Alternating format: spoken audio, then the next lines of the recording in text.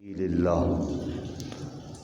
اور روکا انہوں نے اللہ کے راستے سے، اضل اعمالہم ضائع کر دیے انہوں نے اپنے سارے اعمال۔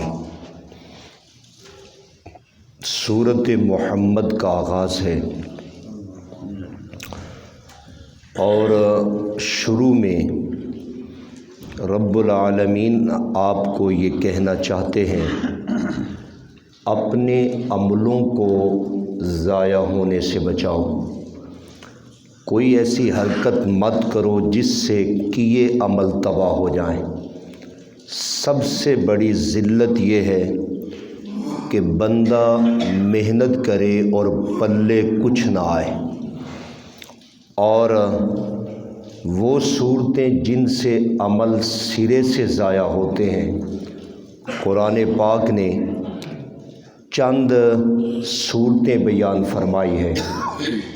مثلاً ایک پہلی صورت یہ ہے، آپ اللہ کی راہ میں خرچ کرتے ہیں، اللہ تعالیٰ کی راہ میں غریب کو، فقیر کو، ضرورت مند کو، حاجت مند کو، یتیم کو، مسکین کو، یا مسجد پر، مدرسے پر، سکول پر، یا کسی ہسپتال پر آپ خرچ کرتے ہیں، لیکن خرچ کرنے کے ساتھ ساتھ بندہ وہ جو خرچ کرتا ہے اس کو بطور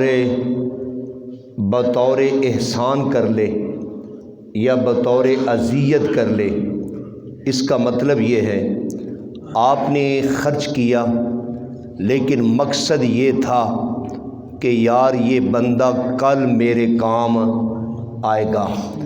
آپ نے کسی غریب کو دیا، کل ضرورت پیش آ گئی، آواز ماری کہ یہ کام کر، وہ کہتا ہے ٹائم نہیں ہے، آپ کہیں کہ یار کمال ہے، کل تک میں اس کو کھلا رہا تھا، آج اس نے یہ کام کر دیا۔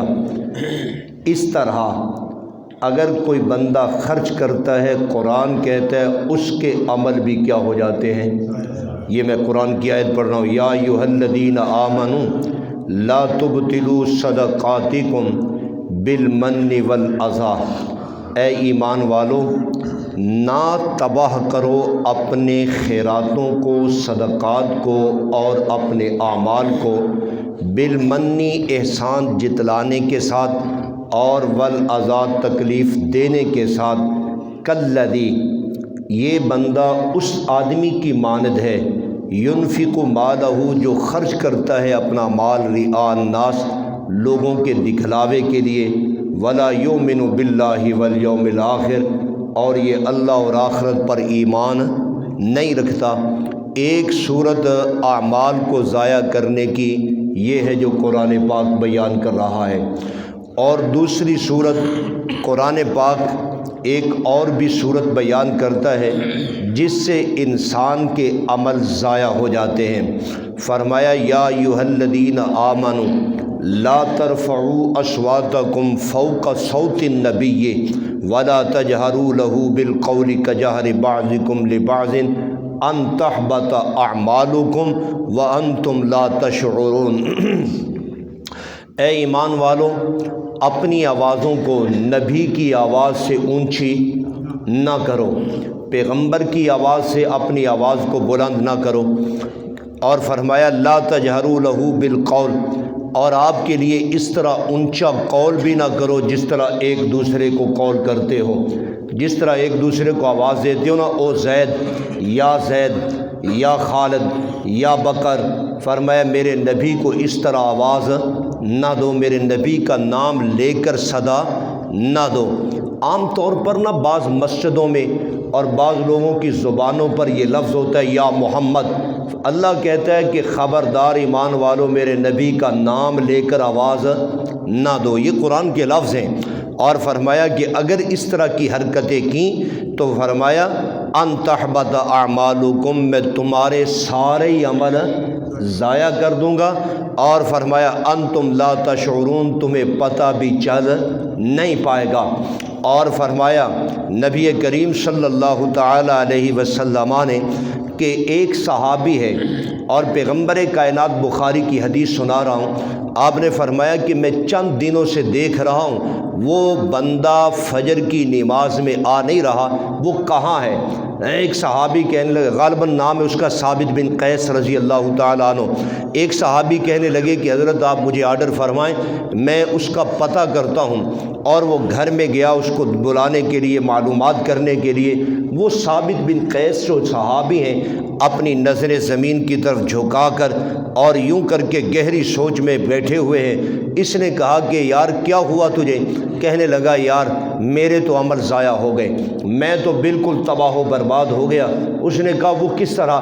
کہتا ہے اس طرح کہ جب میں بولتا ہوں تو قدرتی میرا بول پیغمبر سے اونچا ہوتا ہے، اور قرآن نے کہا ہے کہ میرے نبی کی موجودگی میں آپ تمہاری آواز اور تمہارا بول اونچا نہیں ہونا چاہیے۔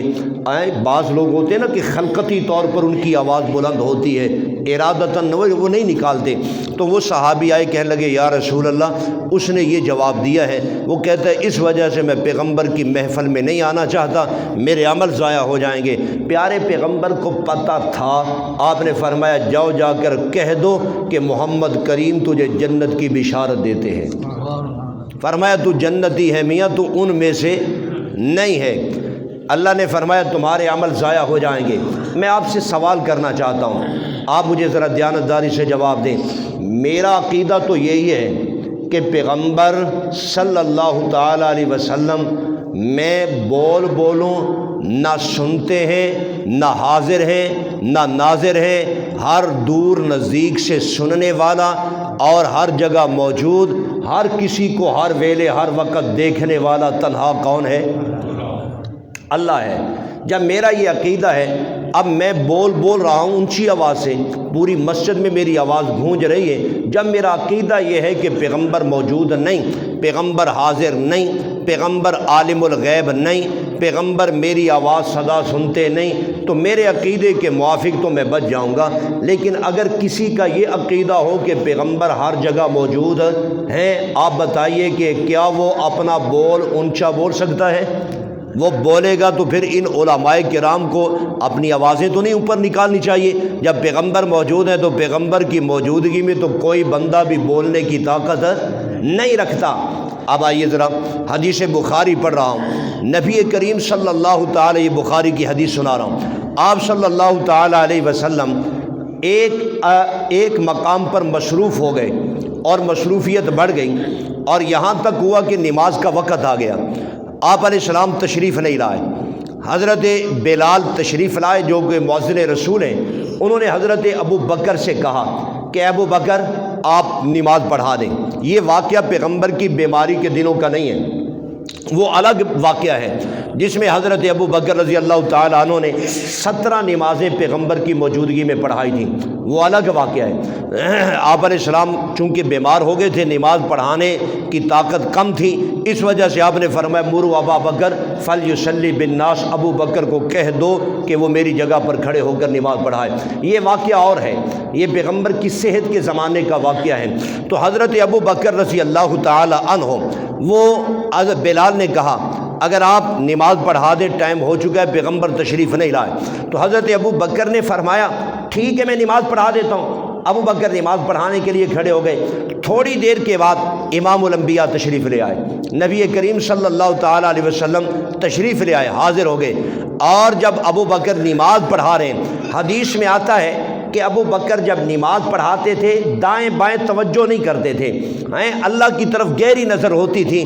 تو لوگوں نے لا علم ہونے کی وجہ سے، یعنی لوگوں کو مسئلے کا بھی پتہ نہیں تھا، چونکہ موقع بموقع مسائل آئے ہیں، تو لوگوں نے تالیاں بجانا شروع کر دیں کہ ابو بکر کو باخبر کر دیں کہ رسول اللہ تشریف لے آئے ہیں۔ لیکن ابو بکر رضی اللہ تعالیٰ عنہ اپنی نماز میں مصروف ہیں۔ بالآخر ابو بکر کو معلوم ہو گیا، محسوس ہو گیا، ابو بکر صدیق پیچھے ہٹنا چاہے۔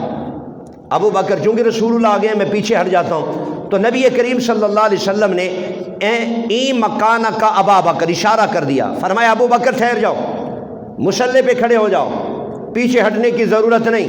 حدیث میں آتا ہے کہ ابو بکر نے اپنے ہاتھ وہیں نا نماز میں یوں کر کے بلند کر لیے. کیا مطلب؟ اللہ شکر ہے تیرا کہ تو نے مجھے اس قابل بنا دیا کہ آج میرے پیغمبر کیا کہتے ہیں کہ ابو بکر آپ نماز پڑھاؤ، میں پیچھے کھڑا ہو جاتا ہوں. حضرت ابو بکر پیچھے آ گئے، نبی کریم آگے آ گئے. آپ علیہ الصلوۃ والسلام نے نماز پڑھا دی. جب نماز سے فارغ ہوئے آپ نے فرمایا اے ابو بکر میں نے آپ سے کہا تھا کہ اپنی جگہ پہ کھڑے رہو، آپ پھر بھی پیچھے ہٹ گئے، میں نے اشارہ نہیں کیا تھا. اب ابو بکر صدیق نے جو جواب دیا وہ بڑا قابل غور ہے. ابو بکر نے کہا یا رسول اللہ آپ کی موجودگی میں، آپ یہاں موجود ہوں مسجد میں، آپ یہاں موجود ہوں مسجد میں، ابو قحافہ، یہ ابو بکر کے والد گرامی کا نام ہے، بالکل یہی انداز ہے بخاری کا. ابو قحافہ کے بیٹے کو جرت کہاں کہ آپ کی موجودگی میں آپ کے مصلی پہ کھڑا ہو جائے، آپ کی موجودگی میں آپ کے مصلی پہ کھڑا ہو جائے. ابو قحافہ کے بیٹے کو ہمت کہاں؟ کیا سمجھے ہو؟ اے نبی کی موجودگی میں کوئی پیغمبر کے مصلی پہ آ نہیں سکتا. میرا تیرا عقیدہ ہو نبی یہاں بھی موجود ہے، وہاں بھی موجود ہے، وہاں بھی موجود ہے، وہاں بھی موجود ہے، ہر جگہ موجود ہے، تو یہ پھر علماء کرام، یہ مولوی، یہ حافظ، یہ قاری نمازیں کیوں پڑھا رہے ہیں؟ پیغمبر کی موجودگی میں نماز کا حق تو کس کو ہے؟